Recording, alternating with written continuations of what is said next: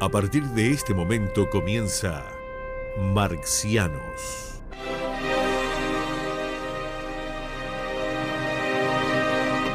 Para compartir sus pensamientos galácticos quedan con ustedes Daniel Vanina Croco y Carlos Amir González.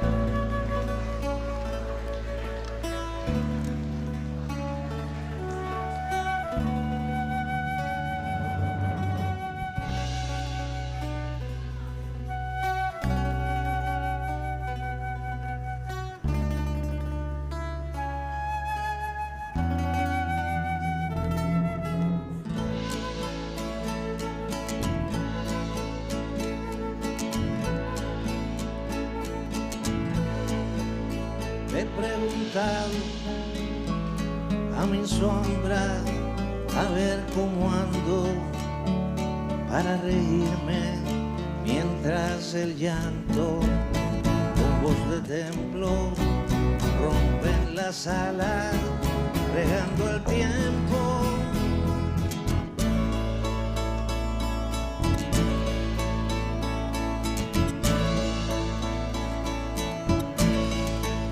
Mi sombra dice que reírse es ver los llantos como mi llanto y me he callado, desesperado, y escucho entonces la tierra llora. La era está pariendo un corazón, no puede más, se muere de dolor y hay que acudir corriendo pues se cae el porvenir. La vera está pariendo un corazón, no puede más, se muere de dolor y hay que acudir corriendo pues se cae el porvenir. En cualquier selva del mundo, en cualquier calle,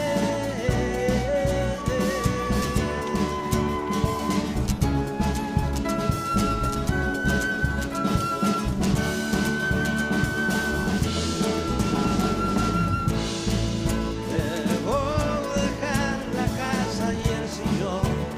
La madre vive hasta que muere el sol y hay que quemar el cielo si es preciso por vivir.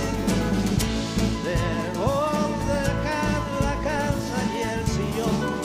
La madre vive hasta que muere el sol y hay que quemar el cielo si es preciso por vivir. Por cualquier hombre del mundo, por cualquier casa.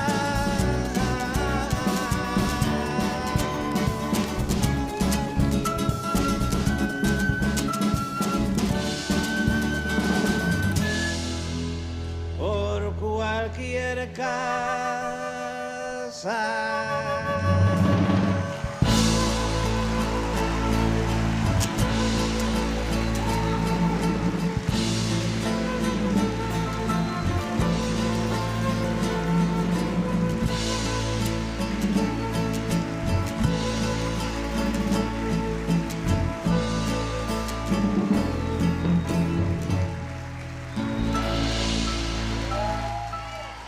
Muy buenas noches, amable audiencia de CX36 Radio Centenario, la imprescindible. Bienvenidos a este aterrizaje de la nave galáctica de Marcianos. Programa que en el día de hoy estamos recuperando el día que nos pertenece. Los martes, 19 horas a 20:30. Dado que en estas 2 semanas anteriores hemos salido en días diferentes. Como siempre, nuestro comandante de vuelo, el señor Leonardo Pereira, en controles, estableciendo pautas para que no nos descontrolemos aquí en cabina. Allí, no tan lejos, en una cabina a mi izquierda, se encuentra el señor Hernán Salinas, preparando, como es habitual en él, muy profundamente sus programas a porvenir. Vamos a tener de invitado al compañero Marcelo Agdala, presidente del PIC-CNT, que creo que está arribando en estos momentos a la radio. Con él mismo vamos a conversar de temas que hacen al movimiento sindical en lo internacional y en lo nacional.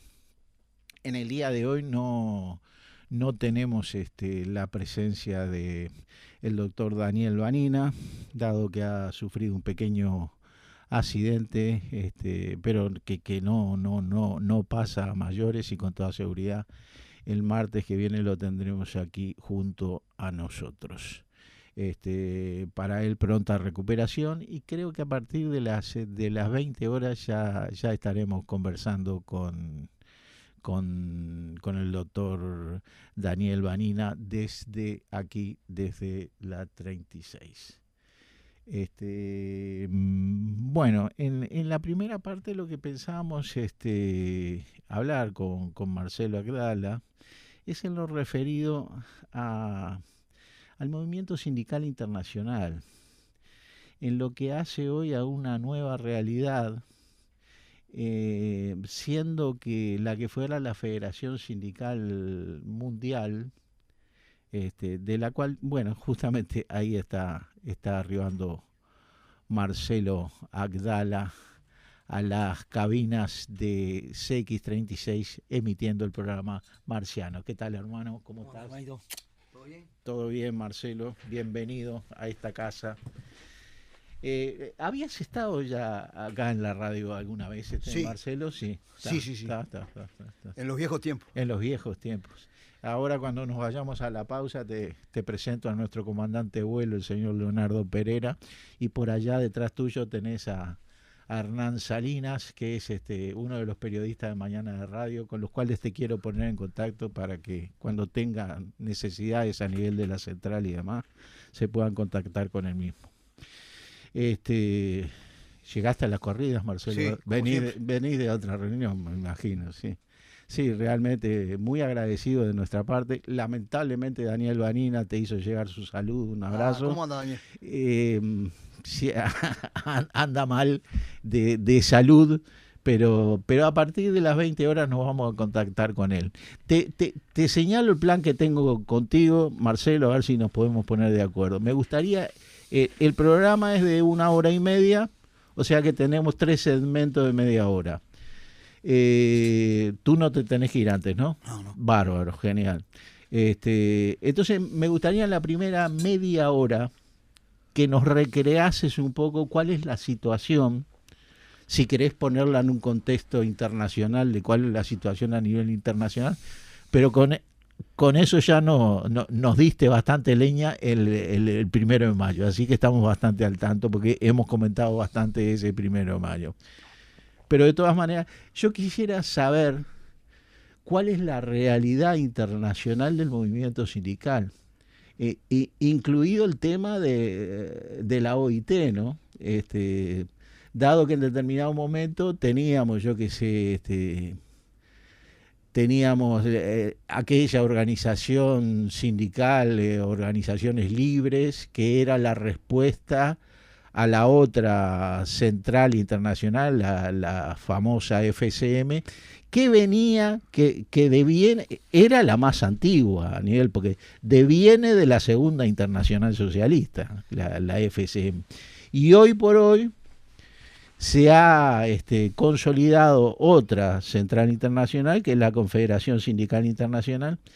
Pero todo este panorama de lo que ocurre en lo internacional, como la caída en dominó del sistema socialista real, concurre a tener efectos en lo internacional y por supuesto que en lo latinoamericano y en nuestro paísito también, ¿no?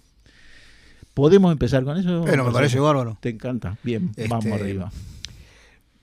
Bueno, vos lo decías, Carlitos, nosotros tenemos una visión sumamente crítica, digamos, del panorama del movimiento sindical mundial. Digamos que para el totalitarismo del capital que existe en el planeta, nos falta un montón desde el punto de vista de contar con la presencia significativa de un movimiento obrero que no solamente luche en el plano global por las reivindicaciones inmediatas, sino que plantee una perspectiva de un nuevo orden económico internacional, pero principalmente en una perspectiva, en una visión, en un horizonte de ubicar las luchas del movimiento obrero en una perspectiva superadora del capitalismo, ¿no? Vos vinculabas justamente la cuestión de la Organización Internacional del Trabajo, que en estos momentos hay una delegación importante del PICNT actuando en la OIT.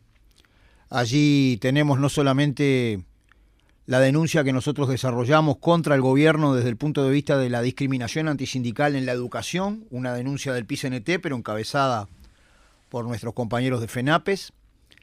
En este momento está ingresando una reclamación de los trabajadores de la Administración Central y de los funcionarios públicos que son víctimas, digamos, de una rebaja salarial por la vía de los días de enfermedad, que existía un uso y costumbre de pagárselos a pleno, digamos, a los trabajadores, y el Poder Ejecutivo recortó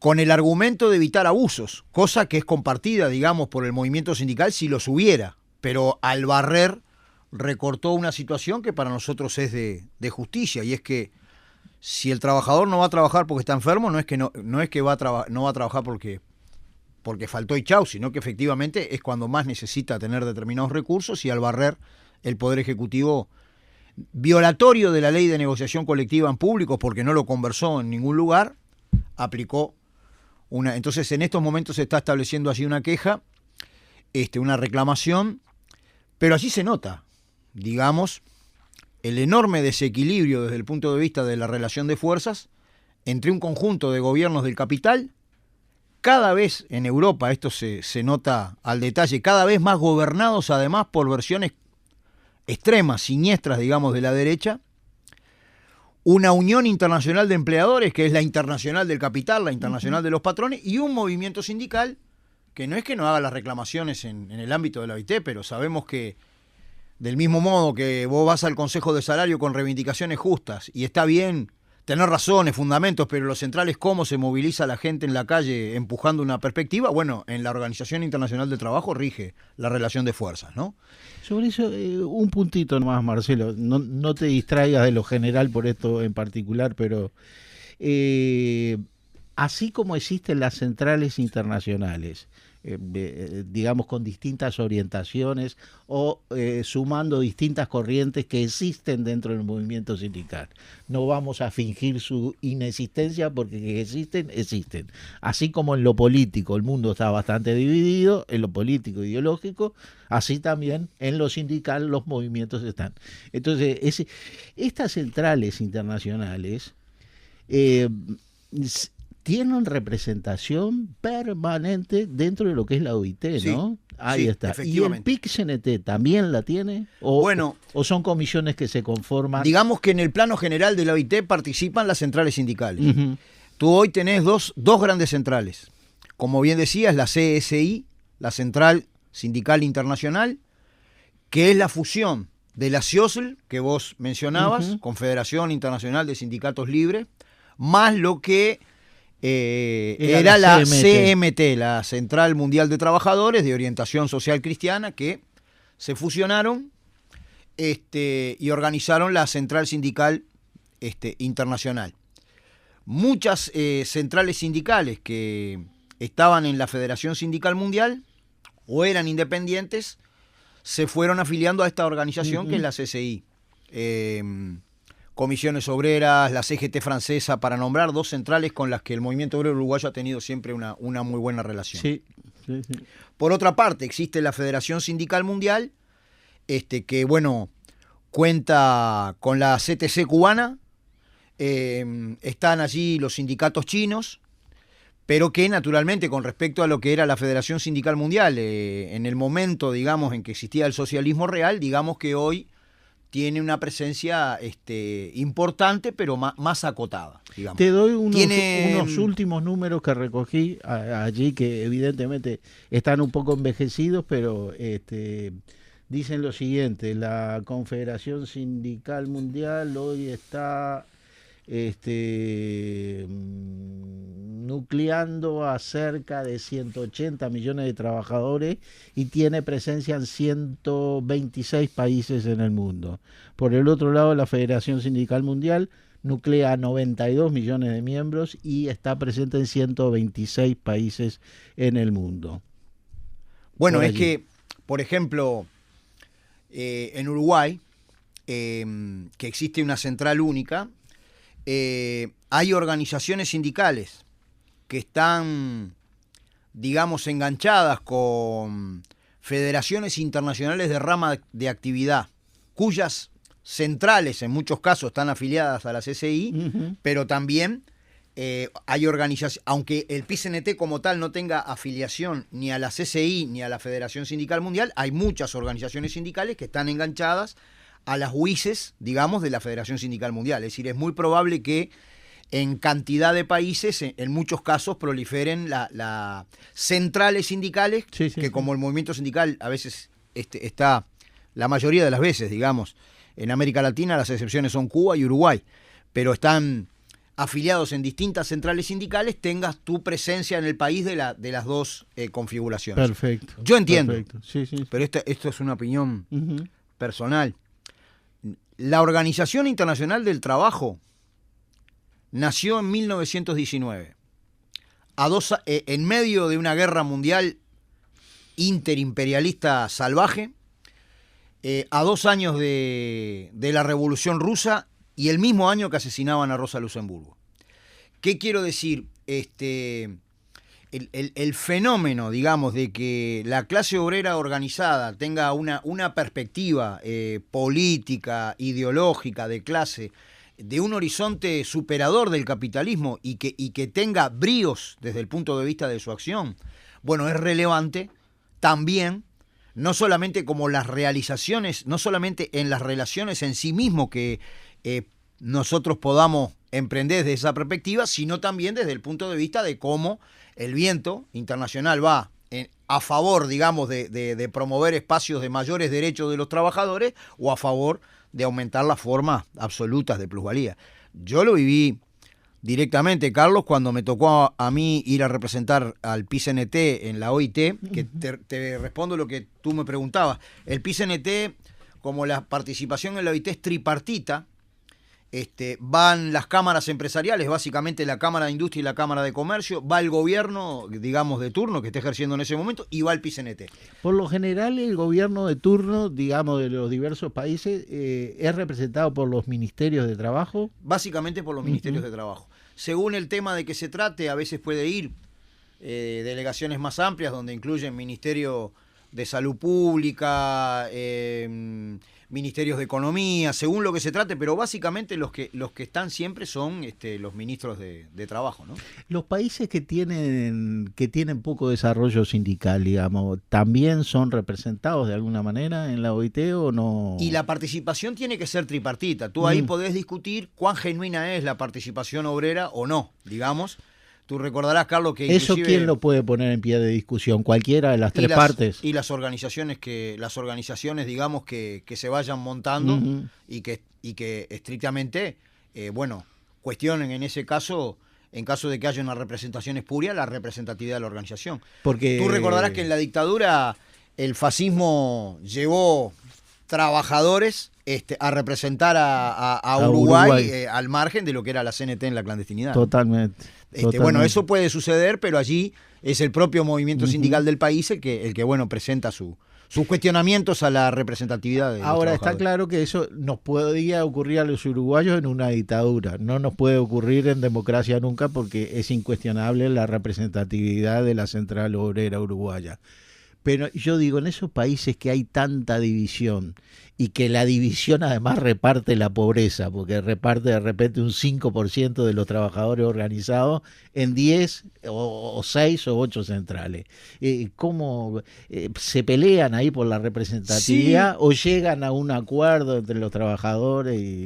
Y en general en esos casos hay una coordinación de los trabajadores de los distintos países, es decir, en Argentina tú tenés 3 centrales sindicales importantes, ¿no? Se da el fenómeno ese. Pueden sí, haber litigios en lo nacional, pueden haber diferencias tácticas, pero yo he cuando visualizado que cuando van a la una. OIT van todos con el mismo programa, con el mismo planteo. Lo mismo pasa en Brasil.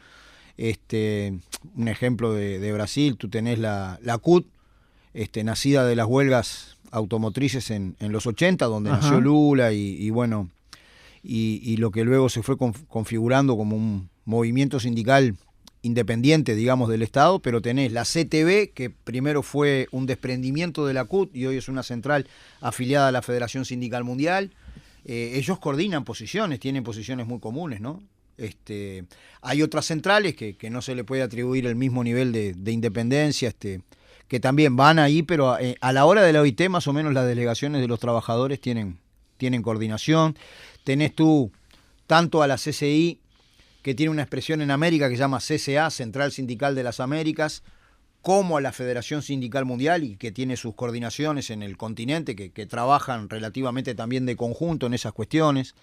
No sé, nosotros hemos sido partícipes de caminos de desplegar la solidaridad contra el bloqueo en Cuba, en solidaridad con el movimiento sindical cubano, estableciendo en el centro el nivel de violencia contra el movimiento obrero que se desarrolló durante muchos años en Colombia, donde los compañeros y las compañeras eran asesinados en ese marco. Bueno, para ese tipo de cuestiones, en general, se encuentran caminos. Me encontraba la vez pasada, Marcelo, con que una entrevista que le hacen, no me acuerdo si fue en esta misma radio que le hacen la entrevista a uno de los compañeros de una de las CTA de la Argentina, y él mismo aclaraba un problemita que hubo con respecto a un pronunciamiento que habían tenido dentro de la Confederación Sindical de las Américas, que es la parte latinoamericana de la Confederación Sindical Internacional, por un pronunciamiento acerca de la situación en Palestina. Y que entonces justamente parece que la central obrera israelí está dentro de la Confederación Sindical Internacional. Y entonces parece que hubo una discusión y fundamentalmente a través de una votación, porque la postura de esta central era favorable a la situación que se vive allí, que es una situación de masacre y de genocidio, ¿no? Tal cual ustedes desde la central lo vienen denunciando. Y tal cual me pareció muy buena. Justamente estaba hablando con Hernán Salinas porque se la había mandado, le mandé el video de la central y compañero Jorge Liebner, ¿no? Sí, Jorge Liebner. Sí, Gerardo Liebner. Gerardo Liebner. Compañero historiador, militante adentro en el Estado de Israel y que aprovechamos su presencia aquí para organizar una charla en solidaridad con el pueblo palestino, pero también desde las propias dinámicas de lucha en Israel. Es una cosa que, pese a lo evidente del genocidio, de la masacre y quiénes son los responsables, igual hay que hilar fino y atinadamente para ver toda la problemática que hay en el trasfondo. Lo que hace Gerardo realmente Liebner es aclarar bastante los tantos. Inclusive con Daniel Vanina teníamos la vez pasada, frente a que yo caracterizaba al Estado de Israel como un Estado terrorista, Daniel me decía, bueno, Carlos, acordate de nuestros compañeros comunistas que también son judíos. Entonces, sí, pero eso es una cosa, Daniel. Otra cosa es lo que, si querés más adelante, discutimos acerca de la caracterización. Él no estaba de acuerdo con que, y le digo, bueno, acordate de las que pasamos nosotros con la dictadura, cuando fuimos pasando de una caracterización a otra. buscando, pero bueno, era eso, discúlpame que te distraje de lo sustancial y fundamental. Ahora, decime, Marcial, justamente, pero viene a cuento esto que te digo, por el hecho de que estas centrales, yo ya en el Paraguay me enteraba, porque sabes que tenemos el común amigo que es Víctor Báez Mosqueira, Sí. un compañero que es cuestionado, muy cuestionado por algunas cosas. Yo conviví con él muchas veces, realmente no tengo desconfianza de la honestidad del compañero para meterse en cosas. Inclusive ahora están haciendo una audición de radio allá y yo puse a Marita Rodríguez en contacto con esa audición, porque ellos se están moviendo por las mismas cuestiones que nos están pasando a nosotros con la seguridad social. Ya evidentemente, si alguien tiene alguna duda que este es un plan internacional del robo por vía de la seguridad social de las jubilaciones de los trabajadores, miren, esto se está patentizando en todos lados. Bueno, hace no mucho al Uruguay llegó un préstamo del BID condicionado a que la reforma de la seguridad social saliera. Vayamos a un poco, ¿te parece que sería conveniente para ver un poco el tema de qué tendencias contienen, o eso es un tema muy complejo y difícil? No, digamos que es bastante claro que en la Confederación de Centrales, la CSI, Confederación Sindical Internacional, tú tenés un arco bien amplio, ¿no? Uh-huh. Digamos que ahí tenés desde ya el social cristianos de derecha, para llamarlo de alguna manera, básicamente un tronco más grande, que son las orientaciones más socialdemócratas, y algunos elementos que son más de izquierda, más clasistas, que digamos, adoptaron una definición de estar allí desde el punto de vista de participar en aquellos ámbitos donde está la unidad sin exclusiones. En la Federación Sindical Mundial, que tiene además definiciones que van más allá de la lucha reivindicativa inmediata. Son reivindicaciones político-ideológicas. Son antiimperialistas, se plantean un horizonte socialista. Digamos que quedan expresiones del movimiento comunista internacional y sus organizaciones, sindicales. Claro. A su vez, en América Latina, yo llamo la atención en esto porque fue un intento del PCNT que mantiene vigencia en relaciones densas, importantes, porque nosotros tenemos una buena relación con la CCA, que podía decirse, por estar en América Latina y por las centrales que la componen y por cierta crisis que hubo donde un conjunto de organizaciones cuasi amarillas, digamos, salieron en determinado momento, está más a la izquierda que la CCI. Tenemos buenas relaciones con la CCA y excelentes y buenas relaciones con la Federación Sindical Mundial, en particular con las centrales de América Latina que están en la Federación Sindical Mundial, y muy especialmente con la CTC cubana, que es de hacer notar. Le dio un reconocimiento al PCNT el 1 de mayo de este año como de las organizaciones sindicales más solidarias con la Revolución Cubana, contra el bloqueo, etcétera. Y ellos vienen año a año. Este año también fueron invitados, pero no participaron por razones ajenas a nosotros, digamos. Siempre nosotros los invitamos. Este intento, que dejó un saldo positivo desde el punto de vista de las relaciones, se llamó Encuentro Sindical Nuestra América, y que contaba con la Central Bolivariana de Venezuela, la CTC cubana, distintas centrales de Centroamérica, algunas centrales que están en la CCA, como la CUT, la CTB, que está en la Federación Sindical Mundial, las distintas centrales, las CTAs en Argentina, es decir, ¿Los colombianos, Marcelo? Los colombianos también. Digamos que las centrales que había en Colombia eran siempre muy afines a la FCM, sí, ¿no? Exactamente. Inclusive la vez que me tocó a mí ir a representar en un congreso en Moscú a la UNRWA, me acuerdo que una cosa que me llamó la atención era que los funcionarios latinoamericanos que tenía la UIS del Metal y que tenían allá los sindicatos eran colombianos en general. Sí. Inclusive estaba un secretario general del Partido Comunista que también tenía algo que ver con la central. Estaba por allí, lo fuimos a visitar a su propio apartamento. Marcelo, nos vamos a venir con lo que nos quede de esto, que no lo vamos a poder terminar hoy. Nos vas a visitar de nuevo, ¿no? Sí, claro. Cuando cuadre lo organizamos. Y podemos seguir con el desarrollo de estas cuestiones, pues nos vamos a venir en lo nacional. A los oyentes que quieran hacernos llegar mensaje de texto pueden hacerlo a través del 98-190-384 en clave de WhatsApp. Allá nos vamos, Leo. Para no hacer de mí con pedazos, para salvarme entre únicos e impares,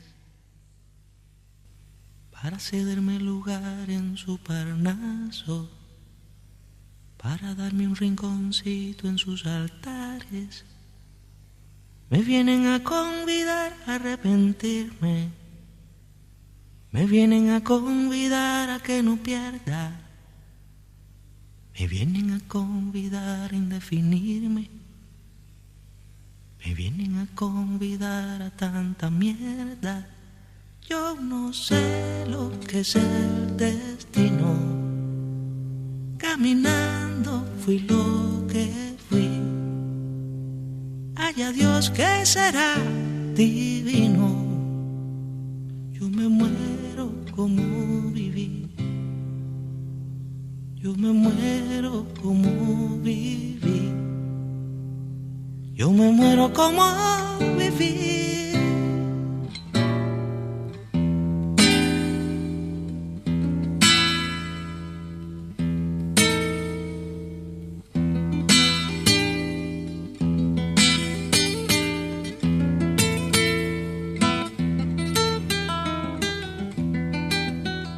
Yo quiero seguir jugando a lo perdido. Yo quiero ser a la zurda más que diestro. Yo quiero hacer un congreso del unido. Yo quiero rezar a fondo un hijo nuestro. Dirán que pasó de moda la locura. Dirán que la gente es mala y no merece. Yo partiré soñando travesuras. ¿Acaso multiplicar panes y peces? Yo no sé lo que es el destino. Caminando fui lo que fui. Ay, a Dios que será divino. Yo me muero como viví. Yo me muero como viví. Yo me muero como viví.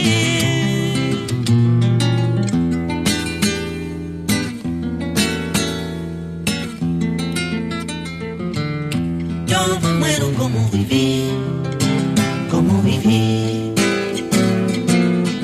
Yo me muero como viví, como viví. Yo me muero como viví.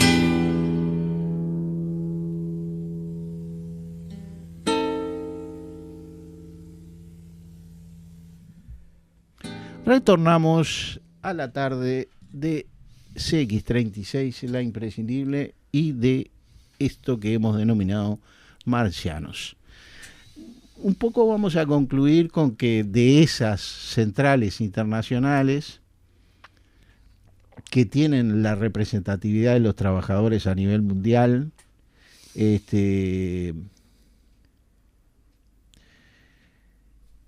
organismos tales como la OIT, con la representación de gobiernos, empresarios y trabajadores,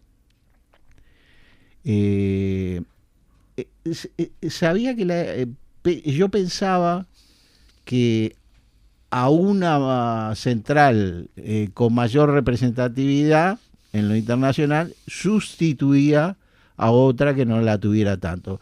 Pero no, me enteraba a través de algunos escritos de que no, de que la FCM sigue teniendo sus representaciones dentro de la OIT, al igual que la Confederación Sindical Internacional pasó a tenerlas también. Evidentemente acá hay un parteaguas, ¿no? En cuestiones de corriente que tú ya definías por el lado de que evidentemente la FCM es digamos, es algo que nos queda después de la caída del efecto dominó de la caída del socialismo real, de los países del socialismo real. Y la Confederación Sindical Internacional pasa a ocupar y a sustituir, sin lugar a dudas, el papel dentro, con otras tendencias. Hay mucho peso de la socialdemocracia europea, ¿no? Sin duda, porque en definitiva la situación del movimiento obrero internacional tiene que ver, está denunciando por el absurdo la necesidad de recrear una perspectiva revolucionaria para el siglo XXI, digamos. No hay más perro que el chocolate, digamos. Sí. Si tú podés caminar en determinada dirección, pero si no tenés cuál es la dirección de tus acontecimientos, vas, dirige en otro, no dirige conscientemente y bueno, de alguna manera es lo que sosteníamos nosotros el 1 de mayo, lo que sostenemos en los análisis de los congresos del PICNT. Las condiciones materiales para la superación del capitalismo están dadas hasta el hartazgo, podría decirse. Lo que hace falta es levantar una perspectiva superadora en un mundo que está sumamente convulsionado, transnacionalización de la economía, financiarización de la economía, revolución tecnológica, grieta y cambio geopolítico. ¿De qué manera, en definitiva, nosotros levantamos una perspectiva que requiere, en nuestra modesta opinión, firmeza de principios, aquello de las piedras angulares, pero también mucha capacidad de crítica para no repetir algunas deformaciones y errores que nos llevaron a las bancarrotas que nos llevaron, ¿no? Entonces, un poco de las dos cosas es lo que tiene que levantar una perspectiva. Mientras eso no vaya sucediendo, va a ser muy difícil, ¿no? Qué importante que lo digas y que lo asuma, Marcelo. Evidentemente hace tiempo que no nos vemos y que no intercambiamos algunas cuestiones. Yo me sentí tan satisfecho como se sintió Daniel Vanina.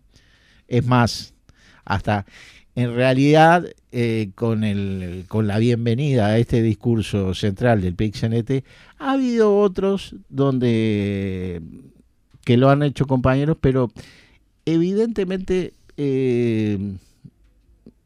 yo te diría que está claro que después de una derrota existe para el movimiento obrero y popular y sus continuidades de transformar a la humanidad hacia una sociedad más igualitaria y solidaria y cooperativa, que devenga de los esfuerzos políticos, quizás no partidarios, pero sí de las políticas que deben emitirse desde las organizaciones de los trabajadores, que son necesariamente, bueno, nosotros somos marcianos, o sea, no es que como alguna gente deforma y desvía, que lo del marxismo fue constatar que el motor de la lucha social en la historia por conseguir una sociedad de nuevo tipo era la lucha de clases, porque a partir del materialismo histórico, el cual nace de las entrañas del marxismo y analiza la historia de la humanidad tal cual es, no como determinados filósofos hubieran querido que fuese, sino tal cual es. Y entonces, no, porque ustedes incentivan la lucha de clases, dice alguna gente. No la incentivamos, la constatamos, y una vez que la constatamos, nos ponemos de alguno de los lugares donde nos parece que corresponde. Después, el otro día Daniel decía algo así como, me parece que lo que siempre sostuvimos del marxismo es que se necesitaba que la clase trabajadora, para pasar la situación nacional a mejores condiciones y la internacional también, necesitaba pasar de clase en sí a clase para sí. Y ahora estoy viendo de que después de haber pasado de clase en sí a clase para sí, también se puede volver a clase en sí. También puede ser necesario volver a clase en sí. Me pareció un pensamiento bastante interesante por lo que nos ocurre después de las derrotas, ¿no? Mi hermano, que también es un profundo marxista, del cual yo heredé bastantes cosas, siempre me decía, mira, a lo largo de la historia siempre se analiza que las derrotas en los movimientos obreros y populares y de izquierda pasan necesariamente por más de una veintena de años, por toda una generación, superar toda una generación. Sin embargo, esta está demorando demasiado, ¿no? Está demorando demasiado. Por eso me parecía muy maduro de tu parte eso de analizar el tema de la bancarrota, ¿no? Llegamos a una situación de bancarrota. Entonces, ¿cómo hacemos para romper ese síndrome del repliegue permanente? Como me acuerdo siempre de esa canción que me gusta tanto, de española, no me acuerdo si es Paco Ibáñez el que la canta. Tenemos que salir a la calle y lucirnos a cuerpo, ¿no? Nosotros somos quienes somos. Entonces me parece que alguna gente se ha oportunizado con el tema de la necesidad de desaparecer para involucrarse con el conjunto y no hablar con un lenguaje cristalino en el sentido, bueno, la exigencia leninista, ¿no? Que inclusive que los tribunos populares manejaran un lenguaje común y sencillo para dejarle clara a la gente, pero sin renunciar en señalar los caminos de hacia dónde debe ir la gente, ¿no? Y sí, si no, no hay forma, ¿no? Porque tú vivís en esa paradoja. Digamos que las formas materiales, concretas de vida de la gente y por tanto de explotación se han agudizado de manera extrema, y no obstante ello, la natural defensa de la vida, que ya empieza a ser imposible en los umbrales, digamos, de la actual formación social dominante en el planeta, aún, no digo que no vaya a ser, pero aún no encuentra las formas de moverse, digamos, desde una perspectiva de conjunto. Vos hablabas, Carlos, de la matriz común, digamos, en materia de seguridad social. Lo podés analizar desde el punto de vista de cómo el capital coloniza zonas y regiones en las que antes no estaba. La organización de los cuidados, la satisfacción de las necesidades básicas alimentarias, la biodiversidad, las privatizaciones. Estamos en un proceso donde se desarrollan múltiples formas de acumulación por deposesión. Es una elaboración de un marxista inglés, David Harvey, que analiza, digamos, que lo que Marx describe en El Capital como la acumulación originaria no es un momento y un instante que ya sucedió y punto, y luego viene otra forma de acumulación. Del mismo modo que tampoco es válido analizar el capitalismo como un primer momento de plusvalía absoluta basada en la extensión de la jornada de trabajo y otro momento de plusvalía relativa basada en la tecnología, la intensa productividad, la tendencia al cambio en la composición orgánica del capital y las formas de plusvalía relativa que ésta supone. No, a veces se vuelve a la plusvalía absoluta, del mismo modo que la acumulación por deposición actual es parecida a la acumulación originaria que describe Marx en El Capital. Eso tiene que ver con movimientos que van contra la vida. Es decir, si tú tenés una enorme revolución tecnológica que objetivamente reduce el tiempo socialmente necesario, digamos, el tiempo de trabajo socialmente necesario para producir una mercancía, ¿por qué no acompañarla con la reducción de la jornada de trabajo? ¿Por qué, al contrario, te elevan 5 años más de trabajo para que vos te puedas jubilar, haciéndote a vos que te caigan las espaldas la financiación del capital financiero que con la SAFAP lucra de una esfera que tendría que ser para la protección social? Al final de cuentas, el problema no es una cuestión de lenguaje para combatir la hegemonía del capital. Se puede hablar en crudo y en claro en materia de defensa de la vida, pero explicar cuestiones que objetivamente apuntan contra el capital, ¿no? Y bueno, en eso yo quiero decir que quienes actuamos en el movimiento obrero, pero con una perspectiva clasista, democrática, de masas, porque tampoco es el infantilismo, digamos, tenemos lucha ideológica, obviamente con los representantes de la derecha, pero hay que decirlo, ojalá que esto se despliegue de la manera más razonable posible. También tenemos polémica ideológica con compañeros de ruta, con amigos que van caminando al costado de nosotros, pero que plantean una tesis absolutamente reformista, porque no tiene arreglo esto. Uh-huh. El único arreglo es un tránsito crítico. Nosotros hablamos, despojándome yo de mis funciones sindicales, digamos, de un tránsito crítico democrático avanzado, que no es gradualista ni evolucionista, es en el marco de la lucha por programa y en el marco, digamos, de un escenario sobresaltado de la lucha de clases, que nos planteamos esa densidad democrática, digamos, que se escapa a la hegemonía de las clases dominantes. Ahora, sin perspectiva, no hay vuelta.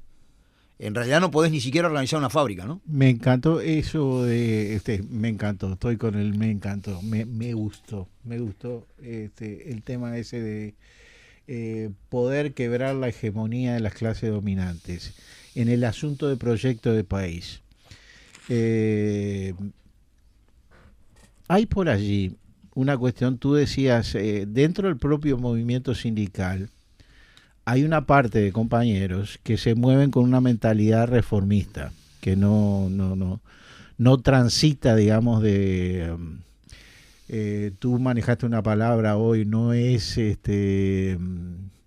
más allá del sistema como tal, sino que son las posibilidades para poder resolver las cuestiones de la lucha de clases dentro del mismo sistema que propugna justamente la existencia de esta lucha de clases. Pero por el otro lado hablaste de que existe la posibilidad de que los sectores del empresariado capitalista que están menos a la derecha y que de pronto están menos hegemonizados dentro de ese nudo gordiano que conforma la oligarquía presente y que es socia a la misma vez del imperialismo en su fase de capital financiero. Esa rosca que por el lado de las clases dominantes se conforma. Pero existe una parte de la burguesía nacional, digamos, que no esté propiamente dentro de ese grupo, que pueda estar interesada en un proyecto de país distinto, Marcelo, con el cual se pueda tener. Yo me acuerdo de que programáticamente nosotros pensábamos que con la acumulación de fuerzas a nivel de la clase obrera y a nivel de los sectores populares, o sea, ese nudo que armábamos junto con lo que llamábamos movimiento obrero y popular, íbamos a poder llegar a una zona de condiciones de liberación y de emancipación nacional que que tuviese una lectura de parte de algunos sectores de la burguesía nacional que pudieran estar pensando en un Uruguay más soberano, más antiimperialista y menos dependiente, desde los cuales se pudiera hacer esa formulación de capital originario, propio y todo lo demás. Pero hay compañeros que afirman que esa situación se modificó y como que no retorna, ¿no?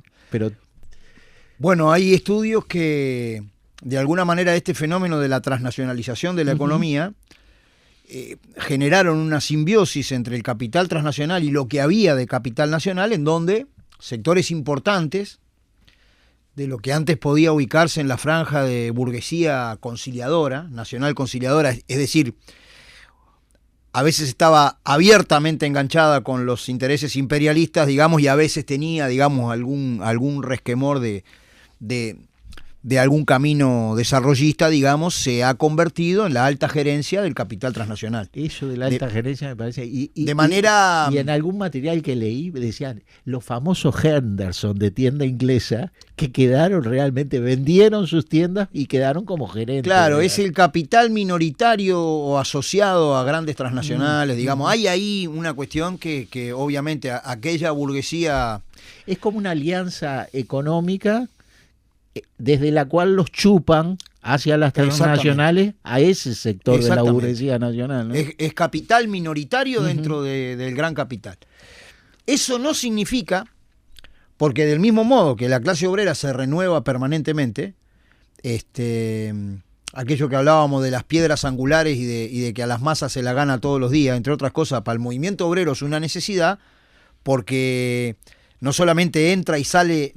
La gente entra y sale del mundo del trabajo, sino que hay una renovación generacional permanente. Y por tanto, lo que para una generación está aprendido, sintetizado y claro, no necesariamente, si no hay una transmisión de la experiencia y una mistura.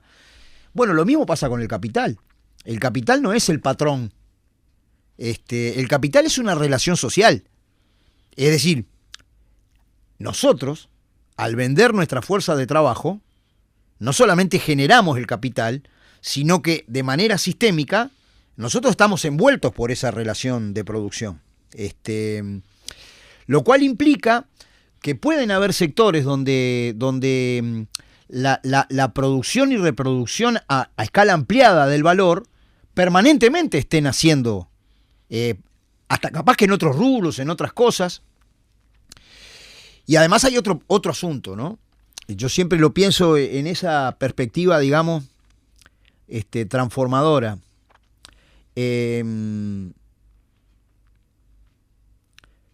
¿Por qué fue derrotado Lenin, digamos, desde un punto de vista de su visión económico-social? Él fundamentó en las condiciones rusas, un país que desarrolló, su clase obrera desarrolló una revolución en espera de la contestación alemana y de Europa occidental que no se produjo, asediado por 7 potencias extranjeras en medio de enormes dificultades, y él formula la cuestión de la nueva política económica. La NEP.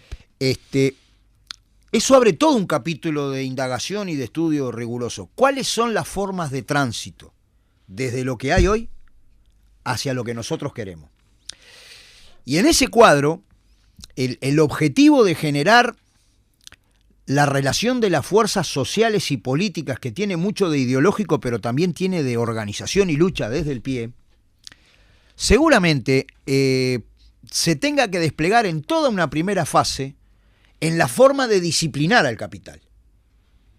¿Se entiende? Es decir, adecuarlo a una estrategia en donde ya no es que viene una inversión extranjera directa, tiene zona franca, tal cosa, tal otra, sino que el Estado, el capital social acumulado por el Estado, sus empresas públicas, en distintas formas de gestión híbridas, complejas, donde todavía sigue existiendo capital, se disciplinan en torno a una estrategia que en principio conquista para el país, y nosotros esto no lo podemos ver al margen de América Latina, digamos. Eso que estás diciendo es casi el modelo chino, bueno, actual. Es lo que no es tanto ruso, porque pasó por otras variantes antes de llegar a esto, pero puede estarlo siendo. Porque bueno, es que justamente la derrota de Lenin es relativa, porque su perspectiva es la que está triunfando ahora.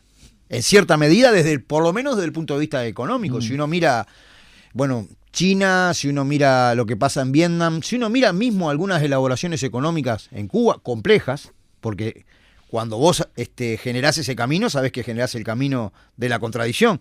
Yo hablaba con los compañeros cubanos, estudien los consejos de salario que nosotros tenemos, porque si ustedes van a dejar que florezca determinado desenvolvimiento capitalista, enseguida va a aparecer el fenómeno del desarrollo desigual. Entonces, miren la negociación por rama, mírenlo, no para trasladar mecánicamente, pero presten atención en esa cuestión. Lo que te quiero decir es que si bien la fisonomía del capital como formación social ha cambiado mucho, digamos, en lo que es la actual fase de desarrollo mundializado del capital con respecto a los análisis que hubieron en la segunda mitad del siglo XX de cómo se expresaba el capitalismo en América Latina, Y es cierto que segmentos importantes del gran capital nacional quedaron absorbidos, subsumidos en la transnacional. Eso no implica que permanentemente nazcan y se reproduzcan sectores medios vinculados al capital nacional que potencialmente, y esto de acuerdo a la fuerza del movimiento obrero, podrían estar interesados en algunos elementos del desarrollo nacional, ¿no? Una cosa que... Claro que para esto hay que superar el posibilismo, digamos, ¿no? Es decir, vos te tenés que plantear un horizonte que va más allá de lo posible. Tiene que formular estrategias de cambio diferentes que, entre otras cosas, superen los rendimientos decrecientes del progresismo y que se planteen, al menos, bueno, diversificar la matriz productiva, apuntar a un tipo de desarrollo diferente, redistribuir la riqueza, que a su vez serían las piedras angulares de un camino crítico hacia otra sociedad. Pero esto también es una cuestión de relación de fuerza. Sí, hoy hablábamos con Marcelo de que en esto de la reposición de categorías en el lenguaje, que es el lenguaje revolucionario, digamos, que también nos las han hecho replegar, y que el lenguaje revolucionario en última instancia o las categorías marxistas tienen que ver con plantearse la necesidad y el qué hacer hacia una revolución superadora del capitalismo, como decía Marcelo, en el imaginario del nuevo tipo de sociedad, con ese trabajador más culto, más cooperativo, y más que tiene que ver con hacerse responsable de su continuidad, de la existencia de la humanidad, más que de ser un ser humano en sí, ser un ser humano para sí. Es como dice la vicepresidenta de Colombia: soy porque somos.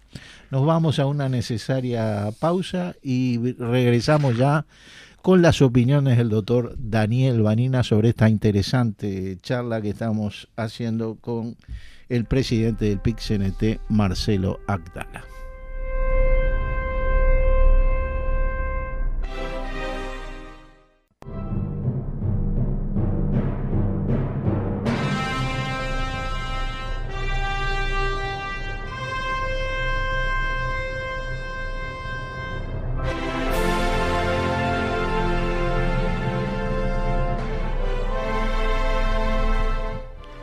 Regresamos a la tarde-noche de esto que hemos denominado Marcianos, con el marciano number one ya en línea telefónica y contactado con nosotros. ¿Qué tal, Daniel Vanina?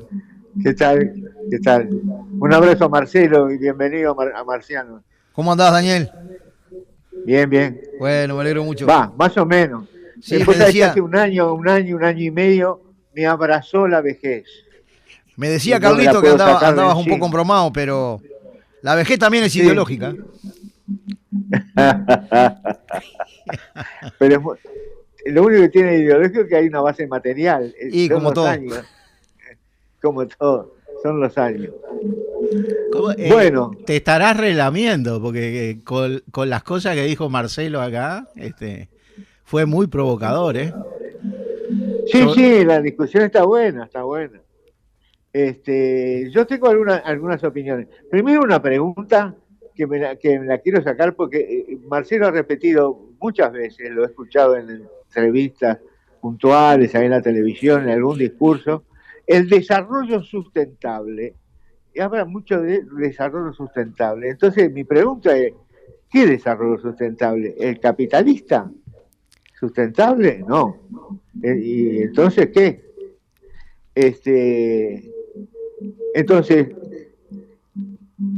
el desarrollo sustentable capitalista no se puede por dos cosas. Primero, que no hay alternativa para el capitalismo. El capitalismo está en decadencia y está en una crisis que creo yo que puede ser terminal.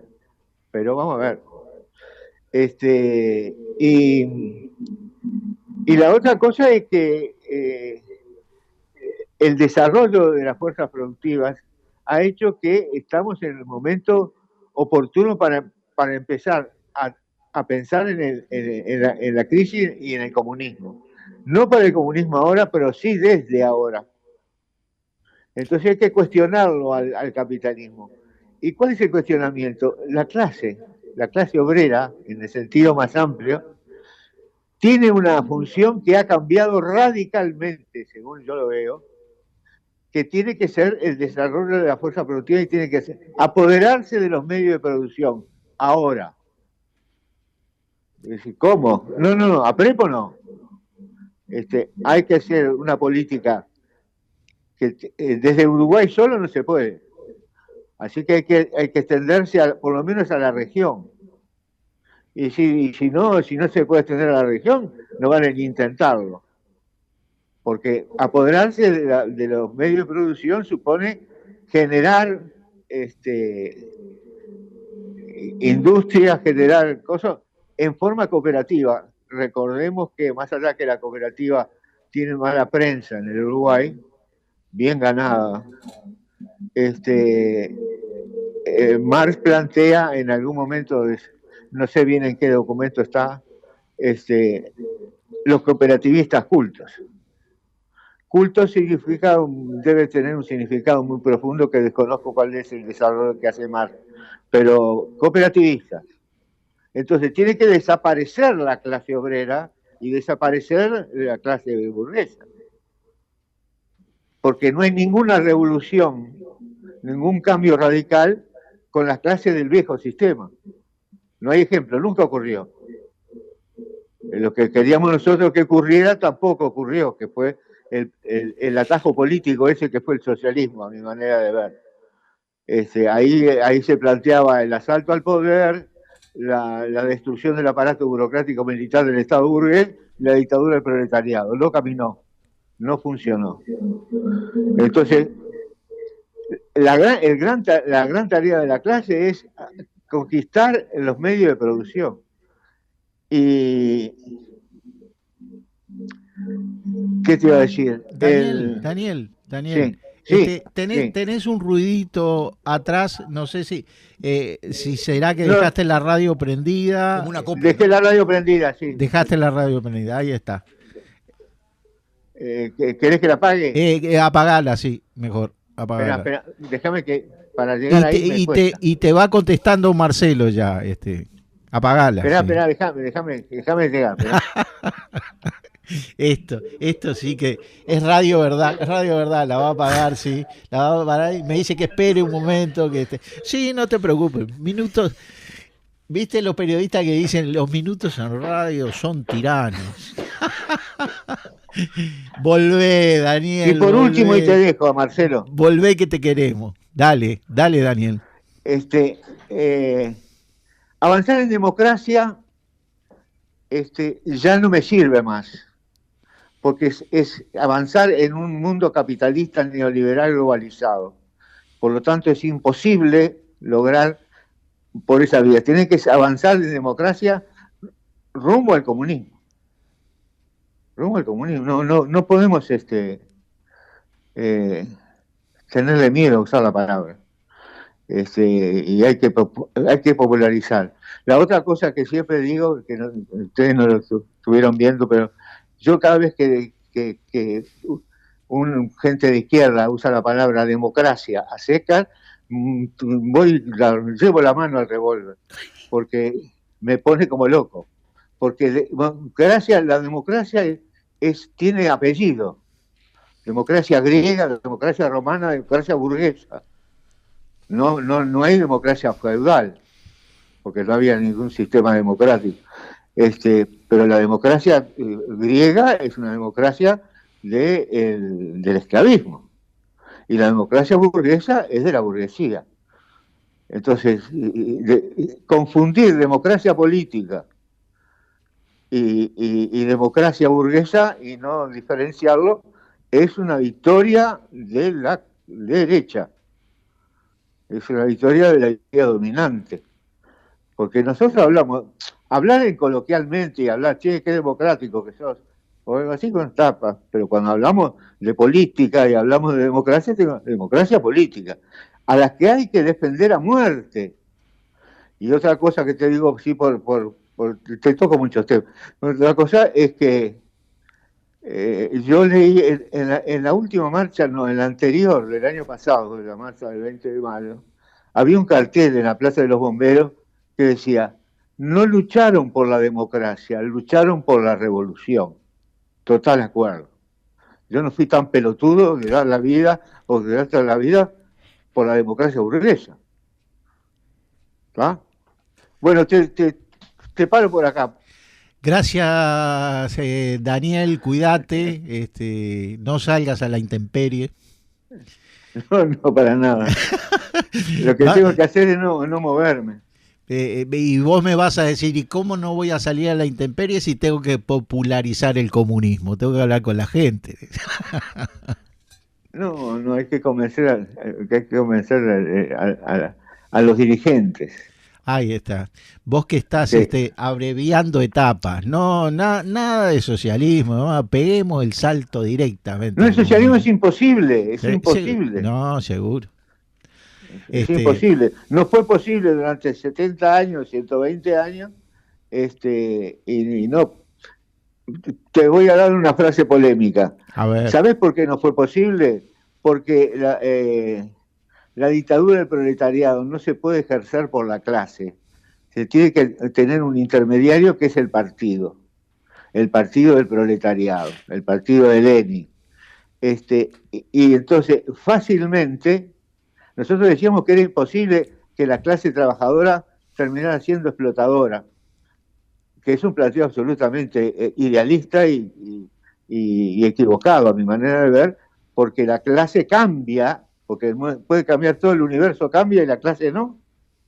Entonces terminó siendo rápidamente una dictadura del partido de la clase, una dictadura de la dirección del partido de la clase. Y en algunos ejemplos personales también del secretario general del partido, como Stalin, por ejemplo.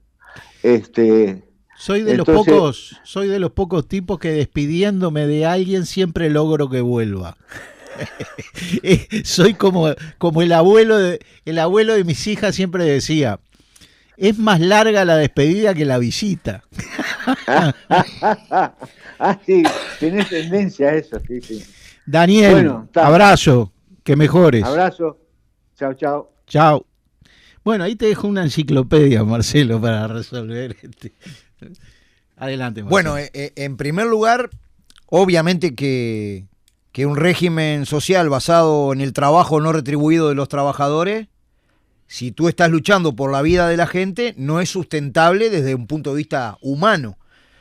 Si mirás una expresión de la contradicción entre la planificación exacerbada intrafirma a nivel de la empresa, que hoy ya inclusive es a escala global. Las empresas transnacionales definen qué hacen en qué país, qué hacen en qué región, qué hacen en qué otro, y ensamblan esos componentes y partes de la producción por la vía del comercio intrafirma y luego lo ofrecen el producto final, digamos, en los distintos mercados. Por eso el 66% del comercio internacional es intrafirma de las transnacionales. Pero la contradicción que existe entre esa planificación exacerbada intrafirma y la anarquía de la producción, donde el único mecanismo es el mercado, llevado a sus últimas consecuencias, es el impacto ambiental negativo que tiene el capital. Por tanto, si tú sostenés que el capital como relación social está contra la vida humana y además contra la vida en el planeta, obviamente que no es sustentable. Nosotros nos referimos en las trincheras de América Latina, porque coincido con Daniel de que las cuestiones de una revolución continental están más vigentes que nunca, digamos. Es decir, un desarrollo aislado de la peripecia económica, política e ideológica en Uruguay, al margen de lo que sucede en América Latina, se puede hacer muchas cosas y no hay que renunciar a ello, pero está acotado, digamos. Por eso nosotros inscribimos nuestras batallas en la lucha general, pero en particular en la lucha concreta en América Latina. En ese cuadro, nosotros tenemos la opinión que el fenómeno de la dependencia está especialmente explicado por nuestra inserción internacional intensa en materias primas y commodities, es decir, es lo que ofrecemos, es el rol que se nos asignó en la División Internacional del Trabajo, importando bienes altamente manufacturados y en la punta de la trayectoria tecnológica. Esta matriz productiva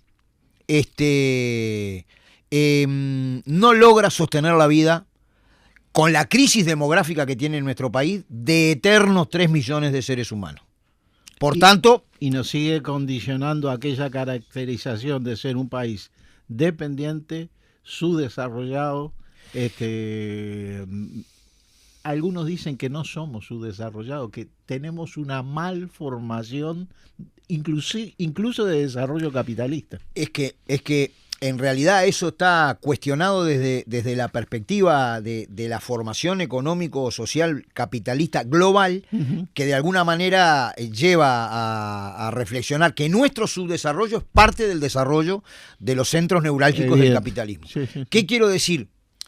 El agujero de aquí como elemento es un relleno de algún lado. Como elemento del debate, nuestra crítica a los rendimientos decrecientes y los límites del progresismo es que no alcanza con mantener esta matriz productiva dependiente con algo de distribución del ingreso. ¿Se entiende? Primer elemento que trata de dar cuenta de un proceso más urgente, digamos, de insustentabilidad del régimen social en nuestro país, que no obstruye o que no sustituye una mirada más larga desde el punto de vista de la sustitución del capital como relación social. A mí no me gusta hablar de anticapitalismo. Por eso yo dije estrictamente una sociedad superadora del capitalismo. Porque...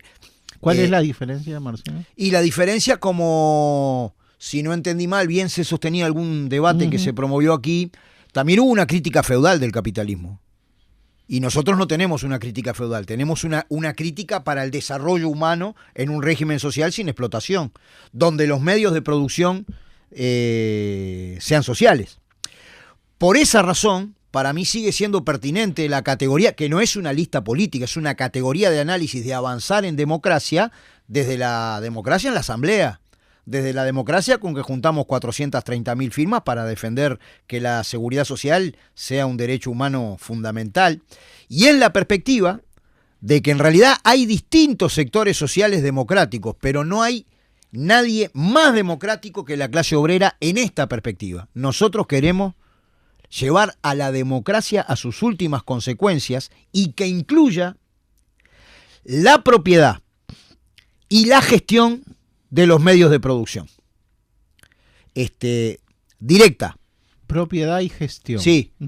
Sí, porque pueden haber casos... ¿En manos del Estado? Algunas sí, porque además un punto de partida importante para nosotros es la herencia ballista. Es decir, hay una forma de capital social acumulado por la sociedad uruguaya que son las empresas públicas.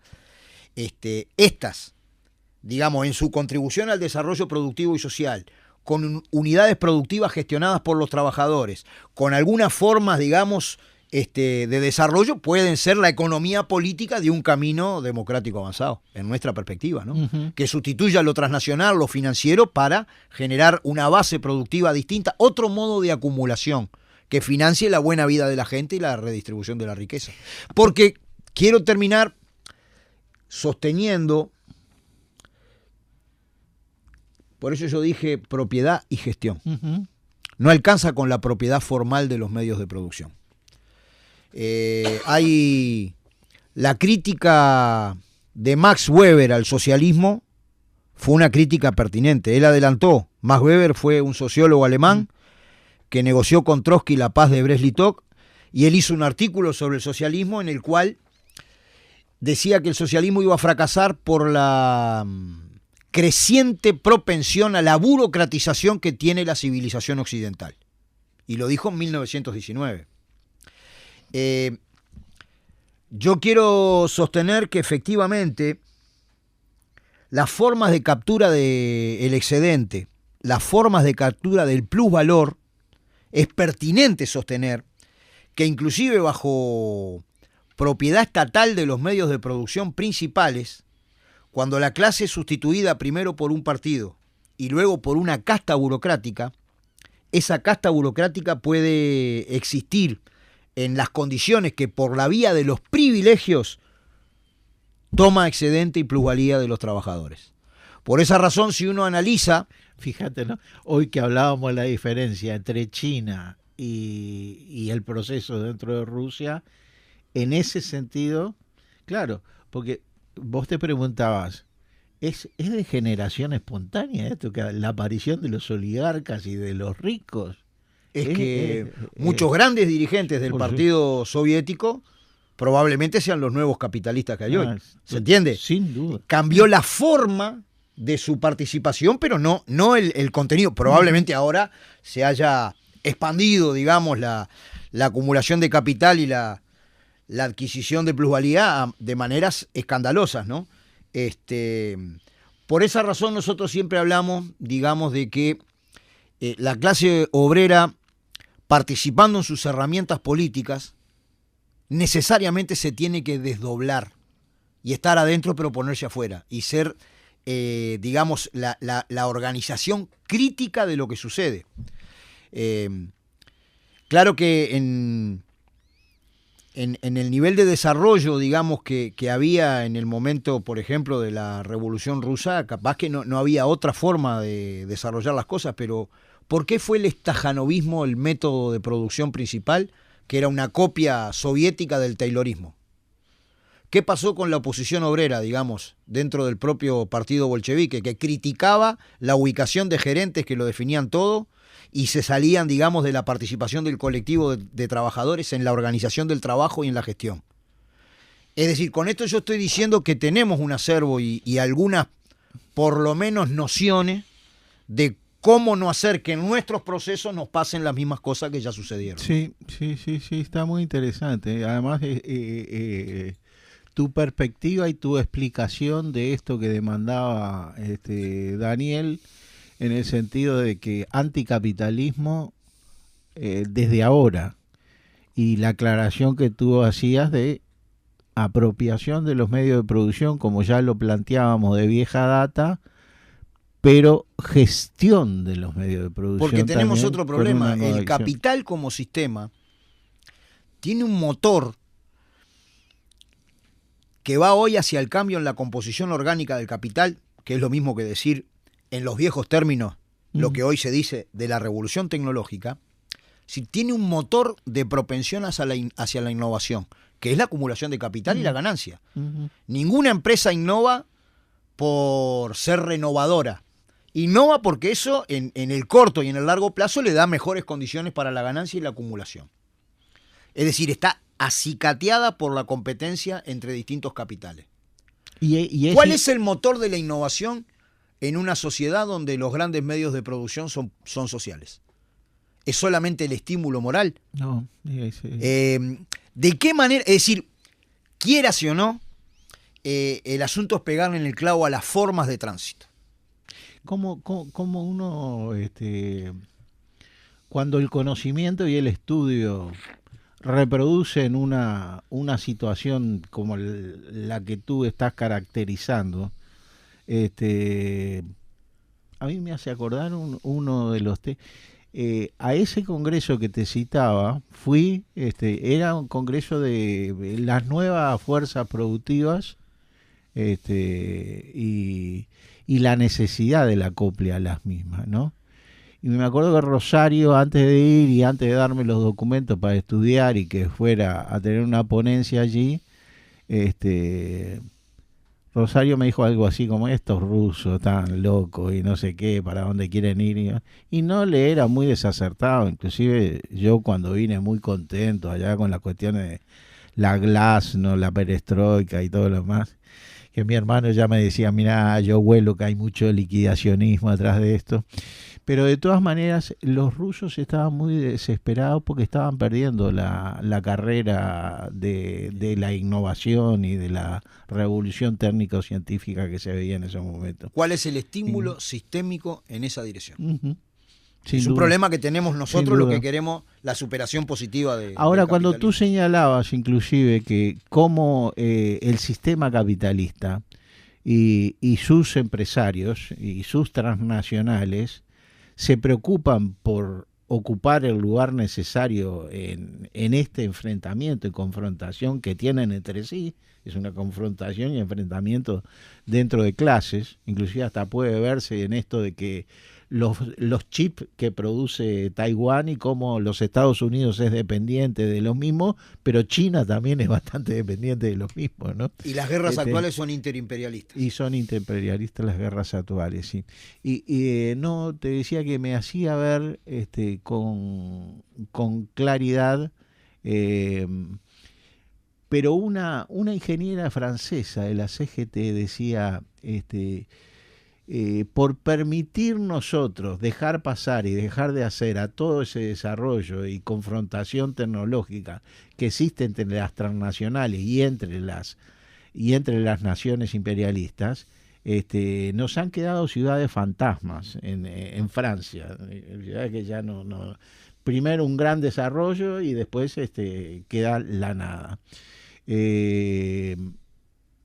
Dejar pasar, dejar hacer en un nuevo formato, ¿no? En un nuevo formato de la burguesía. Pero ¿cómo son las empresas? Y es el capital privado, mientras que los estados son cenicientas del desarrollo y de la innovación, tienen en los presupuestos unas cifras que son espantosas, ¿no? Son promotores, los estados dirigidos por el capital, de la acumulación por deposesión. Es decir, básicamente hablando del hurto y rapiña del capital hacia el sistema mundo global, su naturaleza y su humanidad. Por tanto, claro, hay mucho para estudiar, mucho para elaborar, mucho para conversar y ser riguroso, ¿no? Pero es imperioso, digamos, plantearse. No se puede avanzar en democracia si no sabes hacia dónde. Es decir, si no tenés un horizonte, en eso concuerdo con Daniel. Pero es absolutamente imperioso pegarle en el clavo a las formas de tránsito hacia una sociedad diferente. No, a mí me parece que sí, que depende mucho de la lectura que le des a esa simbología que tiene el término democracia. Yo inclusive la vez pasada, hablando justamente con Somarúa, le decía, ¿cómo hay gente que no entiende cómo se toman las decisiones democráticas dentro del movimiento obrero y piensa que se parecen a otra democracia mágica que existe por otro lado, donde existe el consenso, el agotamiento, y lo más democrático es lo que ahí sí son las mayorías sobre las minorías. Y utilizó un término, Somarúa, que hasta ahora me resulta simpático. Me decía, se votó, ganó la mayoría, y como dijo, niñerías no fue el término pero parecido, algo así que y se terminaron los caprichos y ya está, todos a una como fuente de gobierno, es el método, ¿no?, de la clase obrera. Es el método de la clase obrera. Y además todos los opinadores que de por fuera o estaban viendo, no, porque en las primeras votaciones que hubo, no, pero prosiguió la discusión, como siempre procesa las cosas la clase de trabajador. Además, yo ahí le reseñaba una cosa que siempre a los que de alguna manera hemos intentado ocupar un espacio dentro de las fuerzas revolucionarias de nuestro país y desde una característica internacionalista, siempre hemos pensado que el desarrollo de las posibilidades, ahora Daniel mentaba, mucha gente menta, existe mucho, han avanzado mucho las condiciones para que el sistema capitalista como tal fenezca, está en un colapso, como lo señala Putin, pero Putin, ¿qué dice? El que está colapsado es este tipo de capitalismo. Entonces, evidentemente, en la manga de Putin, él piensa que hay otro tipo de capitalismo que puede prosperar. O sea, no se visualiza todavía, ¿cómo era el dicho? Que frente a la aparición de condiciones concretas y objetivas para superar, para que se dé ese momento en el cual se pueda, ese momento que en el tiempo puede ser largo, corto, más, como definía Lenin, ¿no? Un día antes es demasiado temprano, pero no lo hablaba por días, lo hablaba por lo que era el tiempo dentro de un proceso. Pasado el día indicado, puede ser demasiado tarde, el día D es el adecuado, el que tiene que ser. están los temas capital vivo, capital muerto, que aparecen en todas estas discusiones: desarrollo de nuevas tecnologías, revolución técnico-científica, inteligencia artificial, sujeto social, el sujeto social de la revolución, todo lo demás, todo un campo. Muchas gracias por tu presencia, Marcelo, y bueno, y la tenemos que seguir necesariamente, porque este tipo todas estas cuestiones a desarrollar, a desenvolver, a entender, a desentrañar, evidentemente necesitan de gente que se haya capacitado para lo mismo, no desde un sentido de desarrollo intelectual académico, sino desde un sentido de estar allí, ser un tipo pragmático de praxis revolucionaria y de entender que para lo mismo hay que entender la teoría revolucionaria también, que hay que adecuarla también a los nuevos tiempos, verla desde una perspectiva dialéctica sin lugar a dudas. Es lo que intentamos en Marcianos todos los martes de 19 a 20 y 30. Gracias, Marcelo. Un gustazo, Carlito. Saludo a Daniel, a toda la audiencia y a las órdenes. Muchísimas gracias. Nos vemos.